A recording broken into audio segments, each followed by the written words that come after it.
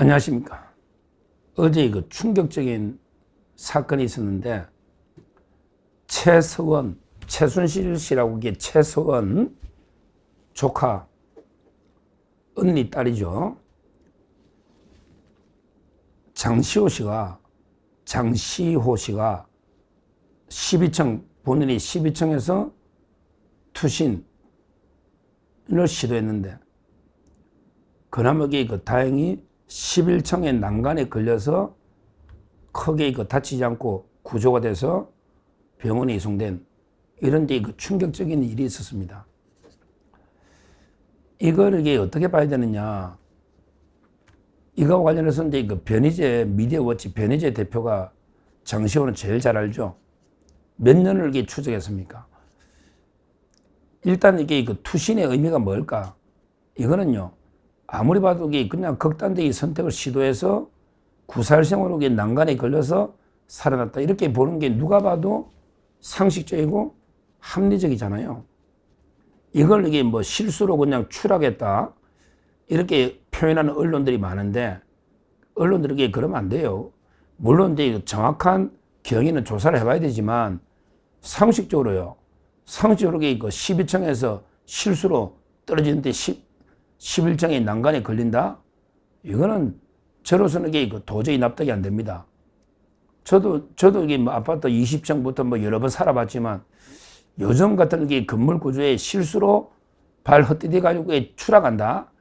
이거는 말이 안 된다고 저는 봅니다. 결국은 극단적인 선택을 시도하다가 구살생으로 11층 난간에 살아난 거 아닌가?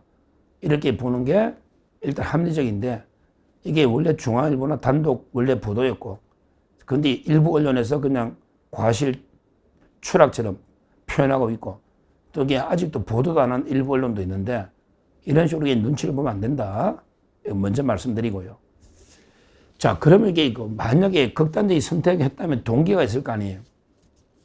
동기가. 일단 장시호 씨가 어떤 분이냐면, 옛날에 알다시피 최서원이나 그 딸이 정유라 씨잖아요. 정유라하고는 제가 보기에 철천지 원수 관계가 된 것 같아요. 왜 그러냐? 처음에 태블릿 PC 있잖아. 우리 그때 최서원 씨 구속되고 박근혜 대통령 파면될 때, 그때 태블릿 PC가 2개가 있잖아. 처음에 이제 JTBC가 보도한 태블릿 PC가 하나 있고, 그리고 이제 그 다음에 장시호 씨가 특검에다가 우리 이모가 쓰던 태블릿 PC다. 이러면서 장시호 씨가 PC를 하나 더 특검에 갖다 줬다고. 근데 그 특검은, 그 PC는 아무리 봐도 최서원 씨가 쓰던 PC가 아니라고. 그때 특검 이규철인가 특검보. 그때 박영수 특검의 이규철 특검보나 이게 장시호 씨가 PC를 갖다 주니까, 와, 이거 포렌식을 해봤더니 최순실 씨가 쓰던 게 맞습니다. 이게 말도 안 되는 저는 가짜 브리핑이나 보거든요.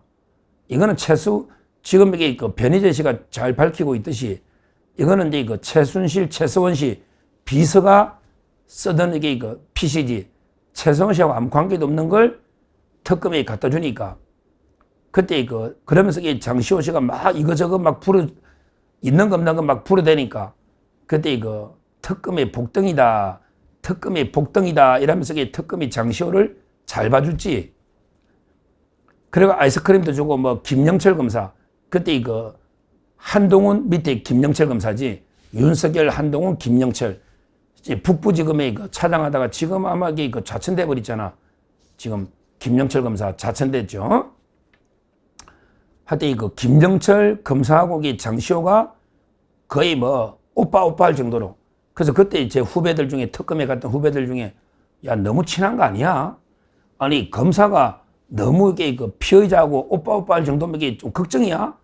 이런 걱정할 정도로 그때 분위기가 친해버렸잖아. 그런데 그 이후에 장시호 씨가 자랑질하고 다니겠지. 진짜인지는 몰라. 나 김영철 검사하고 나 연인이야. 나 김영철 검사하고 사귀고 있어. 이런데 이게 진짜인지 아닌지 나는 모르지. 저는 몰라요. 근데 하여튼 김영철 검사가 아니라면 억울한 거지. 왜? 저는 장시호가 거짓말을 워낙 잘하니까 김영철 검사도 억울할 수가 있어. 저는 그래 봐요. 다만 이게 김영철 검사가 장시호를 너무 그 아이스크림 떠나서 뭐 오빠 이렇게 피의자와 검사 이상의 친밀하게 한 거는 이거는 검사 잘못도 있다 봐요. 그러게 그 불륜까지는 제가 모르겠어. 하여튼 그러니까 김영철 검사가 말도 안 된다고 장시호를 서초경찰서에 고소까지 했잖아. 자, 억울하다. 그것 때문에 탄핵한다고 그때 뭐 청문회까지 막 김영철 청문회도 했잖아, 얼마 전에. 그 사건입니다. 그때 김영철, 뭐 강백신, 박상용, 엄희준, 이 4명의 청문회, 그때 김영철, 그 김영철입니다. 장시호하고. 근데 김영철 검사가 장시호하고 사이 틀어지니까 경찰서에 고소도 한 거예요. 그때 장시호가 그때 특검에 복덩이로 막 PC 갖다 주고 막 이랬는데, 그래 결국에 그 동계 영재 스포츠센터 이걸로 그때 1심에 2년 6개월 받았지. 2년 6개월. 그 다음에 항소심에서 1년 6개월 깎였을 거야. 그러니까 장시호가 특검에 온 거 갖다 주고 제보하고 있는 거 없는 거 거짓 제보도 하고 이렇게 걔 난리 치는데 하여튼 그 징역 1년 6개월 최종 받았을 거야. 그때 장시호 기억날 겁니다. 근데 이분이 극단적인 선택했다면 왜 했을까? 이제 그 남잖아. 의문이 남잖아. 왜 극단적인 선택을 했다면, 모르게 제가 단정하는 건 아니에요. 그게 또 이제 수사 중에 있는데, 근데 상식적으로 보라고. 12층에서 실수로 떨어질 수가 없잖아. 왜 했을까? 그래서 이제 그 변희재 대표 미디어, 변희재 대표가 천재거든요. 그래서 제가 변희재를, 뭐 정치에는 저하고 생각이 다른 점도 많은데, 제가 인간적으로는 변희재를 저는 좋아하는 게 집념이 있고 머리가 뛰어나거든. 천재. 집념이 있고 이런 걸 이렇게까지 캐지 못하거든. 지금 이게 벌써 9년 다 돼가잖아. 2017년, 16년 이야기잖아. 10년 다 돼가네. 이걸 이렇게 집요하게 물고 늘어지고 그러면서 그 추론, 그게 번뜩이는 그걸 제가 좋아한다는 거지. 박선원이 필적을 사설 감정하는 거 봐. 홍장원 메모. 이게 변희재거든. 용기가 있는 거야. 그 다음에 머리가 샤프해. 그리고 이게 집념이 있다고. 그래서 제가 변희재를 좋아하는 거예요. 인간적으로는. 저하고 정치 색깔은 많이 틀려. 그 송영길하고 뭐 당만도 이런 거 제가 반대하고, 뭐 저는 처음에 윤 대통령 욕할 때도 제가 뭐 반대하고, 이건 정치 성향이고, 인간적으로 그렇다는 거지. 근데 변희재 대표 미디어 같이 기사 2개를 저한테 보내주는데 보니까, 지금 이게 원래 변희재 대표가 항상 한 게 제2 태블릿 PC 장시호 거, 요게 공수처에도 했고, 민사재판도 하고 있더만, 민사재판. 변희재가 민사재판도 하고, 그 다음에 고소를 했잖아. 그때 한동훈, 뭐 윤석열 대통령이 이런 뭐 그냥 형식 연한 거고, 한동훈, 김영철, 장시호. 이래가지고 지금 고소를, 어머니 또 했는 거죠. 그러니까, 실제, 광주에서 이제 고소가 또 된 겁니다. 광주에서 실제 저 기사를 봤더니, 그러고 이제 정인도 채택돼 있네. 실제 이 변희재 대표가 이제 한동훈하고 김영철 검사하고 장시호 이 태블릿 PC 이게 특검도 그때 포렌식을 안 해놨고 최순실 거라고 포렌식도 안 해놨고 허위라도 포렌식 한 흔적이 없어. 그때 흔적이 없다고. 이것도 특검도 다 캐봐야 돼. 그러면서 이제 실제 여기 보면 광주 경찰서에 거기 고소가 돼 있거든요. 실제. 그러니까 이제 아마 처벌 이게 두려워했나? 실제 처벌이 임박했다. 왜? 이거는 이게 조작이 제2 태블릿 PC는 너무나 조작이 맞거든요. 실제. 이거 건가? 처벌이 무서워서 증거인멸. 그러니까 이제 한동훈이나 김영철이가 장시호한테 또 이게 수사를 하다 보면 말을 맞춰야 되잖아. 그러니까 또 위정을 뭐 교사하거나 이런 데 형사처벌의 두려움도 있을 수 있고, 제가 글들을 쭉 보니까. 아니면 이제 실제 재판이 장시호가 정인으로 돼 있거든요. 실제. 다른 또 민사 재판도 있기 때문에 정인 신청 이런 게 있거든요. 그러니까 근데 그게 좀 이게 부담스럽냐? 왜 그러냐면 이게 법정에 정인 놓으면 이게 또 위정이 되거든요. 장시호 입장에서는 이게 정인으로 민사재판 나가서 이게 위정으로 하기도 그렇고 또 형사재판에 두려움도 있고 본인이 그때 한 짓이 있으니까 그럴 수 있잖아요. 그러고 이제 김영철 검사하고 지금 이게 뭐 고소하고 서로 털어졌는데 어떤 사이인지 모르지 뭐. 그럴 수도 있고. 또 한동훈도 같이 계속 왜 장시호가 현대고 나왔습니다. 그거 아시죠? 장시호가 이제 현대고등학교 출신 한동훈하고 동문입니다. 한동훈이하고 고등학교 동문이야. 장시호가 저 현대고 졸업명단 확인했거든요. 장시호, 한동훈, 김영철. 그때 한동훈이가 그 특검의 사팀인가? 그때 그러니까 변희재가 계속 한동훈 잡아야 된다, 곧 처리된다는 게 그 이야기거든. 그러니까 한동훈, 김영철, 장시호. 이 커넥션이 특검이 그때 태블릿 PC 조작이 있은가 있냐. 이걸 이게 형사, 민사, 관련 민사 다 하고 있는데 아주 장시호한테 불리하게 돌아가는 거야. 그때 조작인 게 진실이 드러나고 있는 거지. 모든 게. 그러니까 이게 압박을 받았나 이런 생각이 들기도 하고 아니면 이게 진짜 우리가 모르는 뭔가 또 있나 이런 생각이 들기도 하고 하여튼 경위도 한번 조사를 해봐야지. 이제 극단적인 선택은 처벌 못하죠. 그러게 자살 미수는 또 처벌할 수도 있어요. 자살 미수 처벌합니다. 자살은 범죄예요. 그래서 교사나 방조범은 처벌합니다.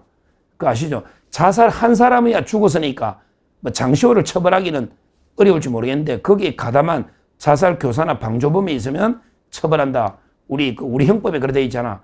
자살 행위 자체는 범죄야. 그러니까 자살을 교사하거나 방조를 했으면 옛날에 강기훈 유서 대필 사건이 자살 방조잖아. 따라서 이게 제가 촉구하는 거 장시호가 왜 극단적인 선택, 일단 극단적 선택이냐 아니냐. 극단적인 선택의 가능성이 저는 99.999%다. 그러면 이게 왜 극단적 선택의 동기를 조사해서 거기에 어떤 게 방조를 하거나 같은 이게 공모 관계가 있는 사람들이 따져봐야 된다. 철저한 관련자들 조사를 해봐야 된다. 그리고 이게 현재로서는 여러 데 정원 압박이나 형사 압박 이런 게 의심이 되고 그 외에도 이게 뭐 김영철하고 서로 이게 또 주고받은 고소 고발도 있을 수 있고 그 외에도 이게 또 워낙 장시호가 복잡한 사생활이니까 또 다른 이유가 있지. 우리가 모르는 다른 이유도 있다고. 하여튼 제가 단정은 아니지만 철저한 게 경위를 파악해라, 조사해라 이 말씀을 드리고요. 앞으로 이제 이거 수사할 때 좀 지장이 있겠는데 이런 극단적인 선택하면 수사기관도 위축이 되거든요. 그러게 진실을 밝혀야 되잖아. 한동훈과 김영철 검사, 장시호. 왜? 최성원 씨가 억울합니다. 제가 보기에 최성원 씨요. 진짜 이거 형량은 말도 안 되는 형량입니다. 지금 와서는 이게 큰 죄도 없어요. 전부 이게 K재단, 미러재단, 뭐 말 타준 거 전부 가짜야. 성만은 이거는 말도 안 되는 이야기야. 이재용도 억울하고 박근혜 대통령 억울하고 그 점은 이게 최성원 씨도 억울한 거야. 아니 성마 지원을 갖다가 아시안게임에 금메달 딴 사람을 그렇게 뇌물로 엮는다는 거는 말도 안 되는 이야기라고. 이거는 윤석열 대통령 잘못한 거야. 잘못하고 잘못했다야지. 한동훈도 잘못했고 그다음에 김영철 검사도 이게 성마를 뇌물로 엮은 거는 말도 안 되는 이야기예요. 네 말처럼 타라해서. 그러니까 오죽하면 정유라 씨도 글 올렸더라고. 분노. 정유라 씨 핍박 많이 받았습니다. 정유라 씨 성마만 아시안게임에 가짜로 메달 딴 거 아닙니다. 조민희처럼 조국의 딸 조민희처럼 위조하거나 허위로 딴 게 아니야. 당당하게 그때 하나그룹의 김동관 동생이 그때 이때 하나그룹의 아들 있잖아. 지금 경리하는 그때 단체전 아마 성마 땄을 건데 근데 이거 당당하게 금메달 딴 겁니다. 그때. 그러니까 이제 정유라 씨도 얼마나 억울하게 당했습니까, 그때. 결국에 뭐 중졸이 됐나, 초등학교 졸업이 됐나, 다 없애버려가지고 다 졸업 취소하고 뭐 고등학교 취소하고 이런 게 핍박을 받았잖아. 영장을 3번 쳤잖아. 그때 유럽에 도망갔다고 잡아온다고 온갖 비용들이가 영장 3번인가 2번인가 이렇게 청구했다고 결국 포기했잖아요. 그때 유명한 사건이잖아. 빨리 최성원 씨도 이제 사면에 풀어줘야죠. 정유라 씨가 또 이게 분노의 글을 올렸는데 하여튼 우리가 정유라 씨 억울한 거 이걸 이해하고 우리가 좀 많이 도와줘야 된다. 이 말씀도 제가 드리고 조국이 딸하고 한번 비교해봐라 이 말입니다. 하여튼 이거 장시호 이 사건은 철저하게 그 동기와 배경 조사해야 되고 앞으로 그 한동훈, 김영철 검사나 여기에 태블릿 PC 조작 이 사건들이 그 철저한 진상 규명이 되는다. 이게 흔들려서는 안 된다. 이렇게 말씀드립니다. 감사합니다.